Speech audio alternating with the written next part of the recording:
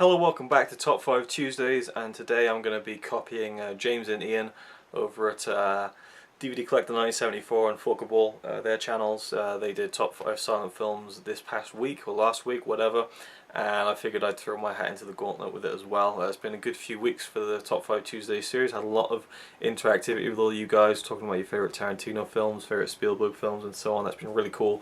But this one's going to be a bit more niche, I suppose.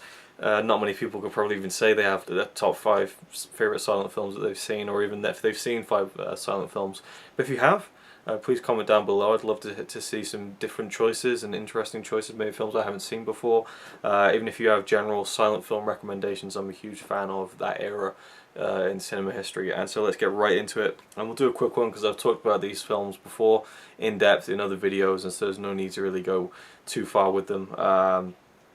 And of course, you know, I'll be doing another silent movie marathon coming up, maybe by the end of this month, I suppose. I'm going to do it this month. We finally got a TV, new TV coming in, because our old one was broken, and so I'm going to have a full 50-inch TV again to watch all the silent films I got planned that I've never seen before on Blu-ray for Silent Movie Marathon 2.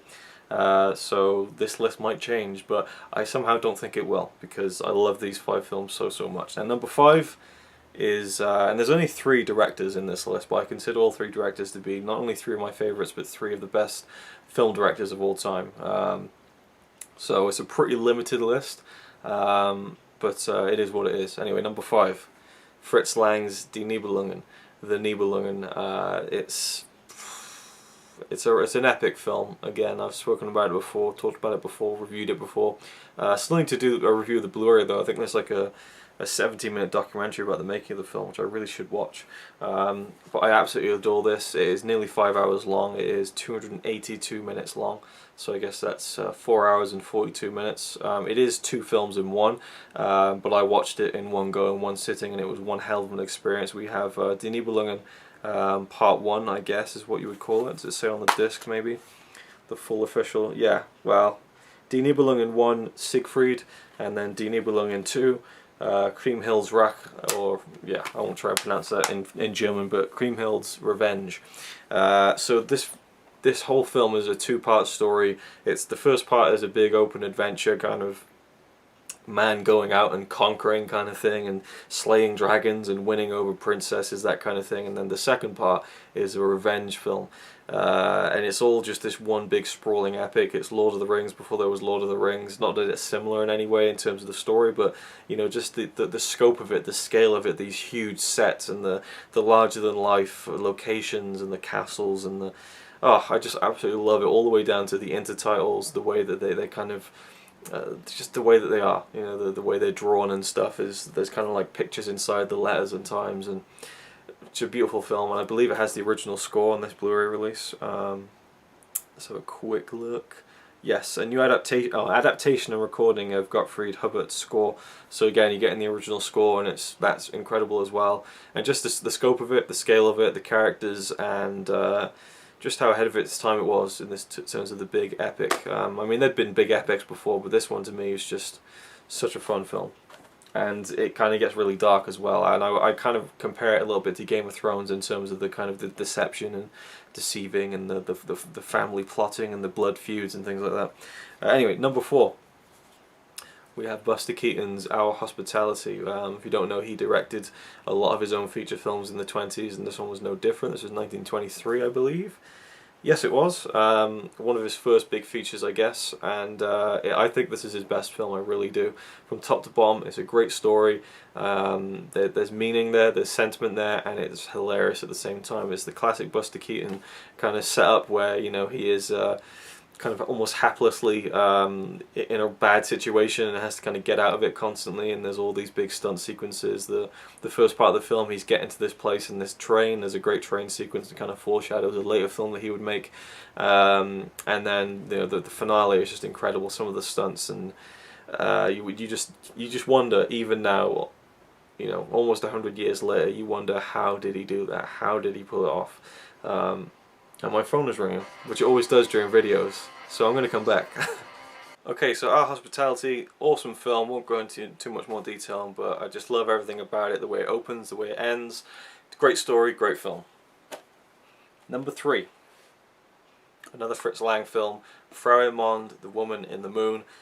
This one just kind of came out of nowhere for me. I just watched it, and the first kind of half of the film didn't really get on with it too well. I enjoyed it for what it was, but it was kind of a bit slow. And then when the second half of the film kicked in, which is this big trip to the moon, I was suddenly like, wow, this is awesome. Because the past like hour and 10, 15 minutes, I've kind of got to know these characters, and when I kind of found out who was going on the trip to the moon, I was like, oh yeah, he's going, oh, and she's going too, oh, this is going to be great.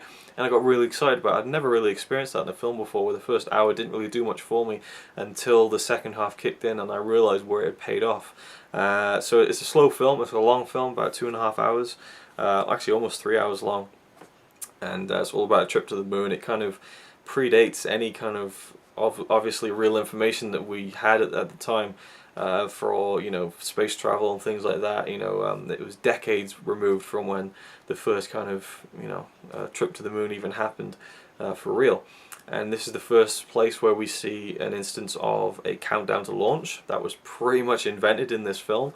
It's the first time the idea of a rocket being sent up to space and a, you know, kind of booster rockets breaking off as it enters orbit. It was the first time that zero gravity had been kind of portrayed in fiction. I mean, it was really ahead of its time in terms of predicting the future, and Fritz Lang worked with kind of a guy who was theorizing on this kind of stuff, so that stuff is really cool. But then also when you get to the moon, it loses some of that kind of credibility, but it's still so much fun. I love the score, I love the scenery, I love the characters.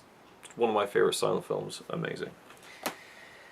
And now, this is where the list kind of skews off a little bit, because for me, this is my 5 favourite silent films, not what I think are the 5 best silent films ever made. If I was going to do that, this one would be number 1, but for now it's my second favourite. It's number 2, it's Sunrise, A Song for Two Humans. I think it is the best silent film ever made so far out of the ones that I've seen. And I've talked about this film to death, so no point to go too much detail, and I still need to review the Blu-ray, so I'm sure I'll just get in depth with it in that video as well.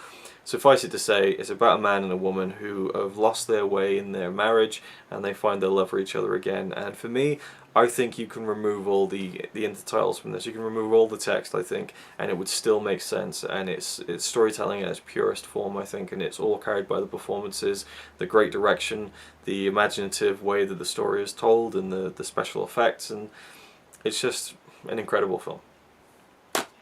So, before we get to number 1, some honourable mentions. There's many films I could have put in this list. I could probably have a top 20 favourite silent films at this point, but you know, as far as Buster Keaton goes, you know, there's films like let me think, Go West, there's Seven Chances, Steamboat Bill Jr., Sherlock Jr. Probably my favourite would be, outside of Our Hospitality, would be The Man with the Movie Camera. That is a great film, really caught me by surprise. Great film. I think one of his last great kind of feature films, Man with the Movie Camera. Oh no, wait, is it Man with the Movie Camera or is it The Cameraman? It's The Cameraman. Man with the Movie Camera is a Russian documentary. Wow, I have that on my brain because I was almost going to get it, but then Massive Cinema announced they're going to release it. No, it's The Cameraman. Buster Keaton and The Cameraman from, I think, 1928, one of his last great feature films. That'd be my favourite outside of Our Hospitality, I think. There's Safety Last with Harold Lloyd. That's a fantastic film, a true classic, really iconic. What else have we got? Faust, Murnau's Faust, City Girl by F.W. Murnau as well. Of course, Metropolis. I mean, you have to put Metropolis in there. It's an incredible film. Just didn't quite make the list for me, really. So yeah, there's many great silent films, but there's only one for me that still does so much for me. I've only seen it a couple of times, but for me it's one of my favourite films of all time. It's in my top 10. Number 1, was there ever any doubt? Buster Keaton's The General. Do I think it's his best film? No. Do I think it's the best silent film? No, not by a long shot, but I love it so much because it's all about trains, and growing up as a kid I loved trains because I loved Thomas Tank Engine, but I also loved real trains, steam engines, and Buster Keaton was a big train guy. I mean, look at his short films, his feature films, they kind of feature trains a lot. It's almost like Hayao Miyazaki and his love of planes, you know. It's kind of a director trademark in a way, and this was where I think Buster Keaton kind of had the most money to do the film that he wanted to do the most. This is, I think, the height of his kind of creative output in this over his whole career. It's all a big train chase.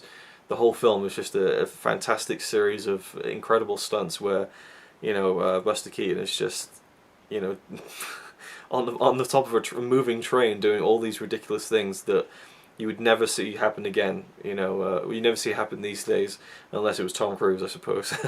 But you know, it's all him. He does all of his own stunts, and you know, it features the most expensive shot in silent film history at the very end, where there's a big train crash, and it's just, it's awe-inspiring. It is breathtaking to see, and I'm just so glad that he got the money to make this, even if it wasn't a big hit at the time. It's just one of my all-time favorite films. I love it. It's funny, it's exciting, and it's unbelievable to watch unfold. Awesome, awesome, awesome. And apparently there is a version of this that has been scored by Joe Hisaishi, who scored all of Hayao Miyazaki's films, and it just seems like a match made in heaven to me, and I cannot wait to check it out sometime. I need to buy the French DVD and get the Joe Hisaishi score, because it just sounds like a match made in heaven. Cannot wait to get my hands on that copy at some point. But for now, the Kino Blu-ray is incredible, and that's my top 5 silent films. Let me know what yours are, what your favourite silent films are in general, if you haven't seen any, and you want me to recommend you some, like some kind of... I thought about doing a video saying like an entryway into silent films, and give you my thoughts on that, but I think I'll do that as part of my silent movie marathon too. So if you want to hear that, then watch the beginning of my silent movie marathon too. I'll talk about kind of films to start with, maybe, if you want to get into silent films and you feel like maybe you can't, they're not as accessible as, you know, other films. So anyway, that's it for now. Thank you for watching. Hope you enjoyed, and I'll see you next time. Oh, and before I go, of course, as always, thank you to my Patreon supporters, and especially my highest pledging Patreon supporters, Ryan Chataway, Jody Wood, and Cineram. Again, appreciate the support from everyone, and right now, the money I get from Patreon is actually going into me trying to save it up to hopefully get a new laptop, because the one I have now is really dying a slow death, and so rendering videos is becoming an issue. It's okay, you know, but it could be a lot better. So the money I get from Patreon right now is actually going towards saving for a new laptop. Nothing too fancy, but you know, after a few months, maybe sometime in, you know, early next year, maybe in spring, I might be able to get a new laptop, and that'd be awesome. So as always appreciate the support on Patreon. Thank you very much, and yeah, I'll see you in the next one. So you might say he's a really nice guy, really, but if fucking don't cut shit with me. He says he's really cool, but I think he's a tool.